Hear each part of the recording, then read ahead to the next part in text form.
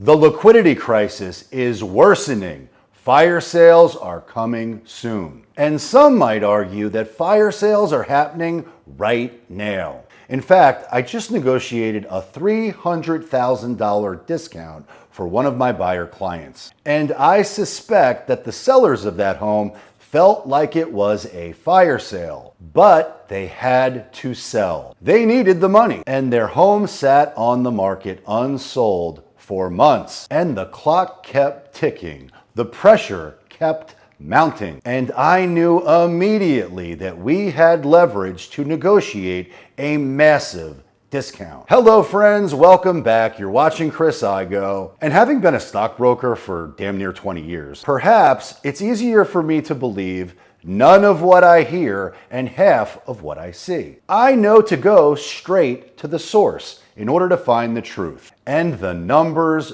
don't lie. And as a full-time, full-service real estate professional, I remain committed to sharing the truth so that you are empowered to make the best decisions for yourself, for your family, and for your financial bottom line. So please reach out if we can ever help you. But the data and the numbers that were released today reveal a major concern. A pattern is forming which we must not ignore. Carl, good morning. Yeah, pending home sales in May dropped 2.1% month to month, and we're down 6.6% from May of last year.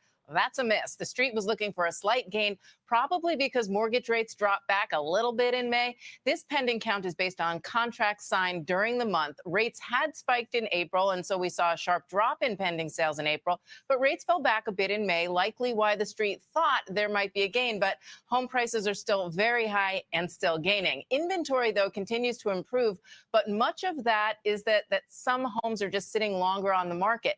Active listings are up roughly 35% from a year ago, but that is coming off a near record low. So keep that in mind. There is very little supply on the lower end. Most of it is on the higher end of the market. Regionally, sales were split month to month, higher in the Northeast and in the West, lower in the Midwest and the South. Sales in all regions, though, were lower than they were in May of last year. Now, the realtors are forecasting a busier second half to this disappointing first half of the year.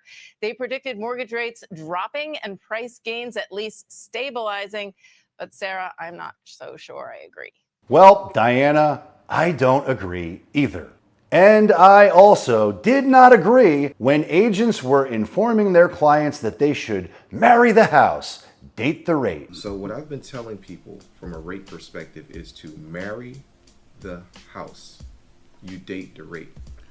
Love it. And I'm not sure why that guy is laughing or how the other guy is able to keep a straight face. But I do know if you are feeling sales pressure, it's probably time to run. And call me. Right now is the most expensive time in human history to be alive. And despite the record-setting stock market and the skyrocketing home values in most markets, people are feeling financially squeezed. Most incomes have not kept up with skyrocketing inflation, and credit card debt is at its highest point ever. People are drowning in debt. Credit card interest rates are damn near 27%, and debt eats equity 100% of the time. Right now, many folks are experiencing their own personal financial liquidity crisis, and it's only getting worse. And while most homeowners feel like they're sitting on a metric shit ton of home equity, which will protect them if they need it, if they must sell. But they forget, or perhaps they don't understand,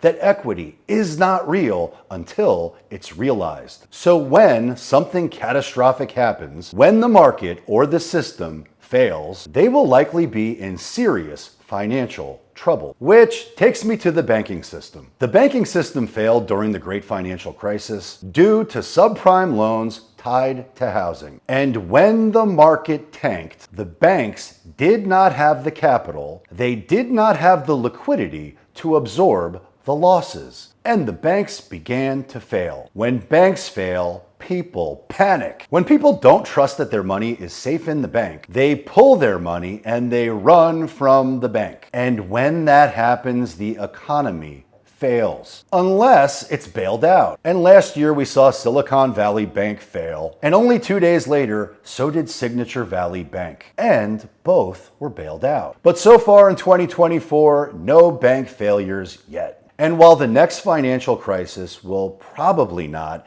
be tied to housing subprime loans, make no mistake, there are plenty of black swans swimming in the economic lake right now. The fact is, half of our country is in a recession as we speak. In fact, we were looking at the unemployment rate and the employment data state by state, and it's apparent to me that half of the U.S. economy right now is actually in a recession, and people are focused on the half that isn't. But the recession pressures are building. I know that nobody's talking about them, but those recession pressures are building, and people calling for a soft landing. Well, we're already in the soft landing. The question is what happens next. When the consumer is forced to make a decision about whether they should feed their family or pay their car loan, chances are that car is going to be repoed soon. And when the consumer is forced to make a decision about whether they should feed their family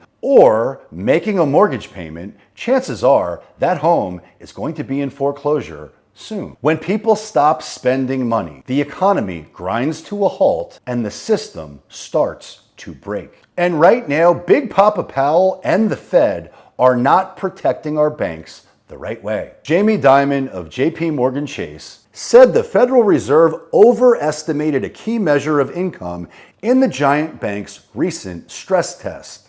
And he went on to say that its losses under the exam should actually be higher than what the regulator found. Under the Fed's table of projected revenue, income, and losses through 2026, JP Morgan was assigned $13 billion in OCI, more than any of the other 31 lenders in this year's test. The Fed estimated that the bank would face roughly $107 billion in loan investment and trading losses. Said a little bit differently, the Fed is stress testing for over $107 billion in losses in 2026. And Jamie Dimon is telling them that that's not enough. Their real losses will likely be significantly higher.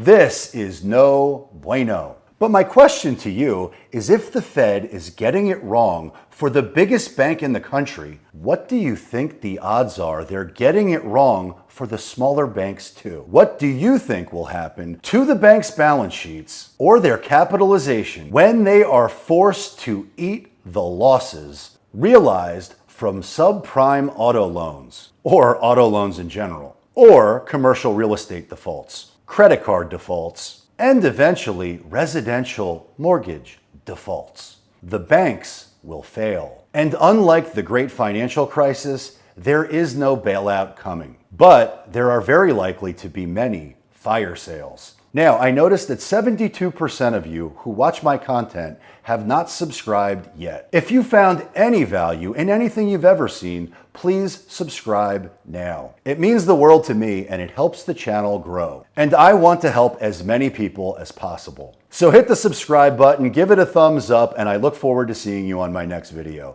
Thanks for watching.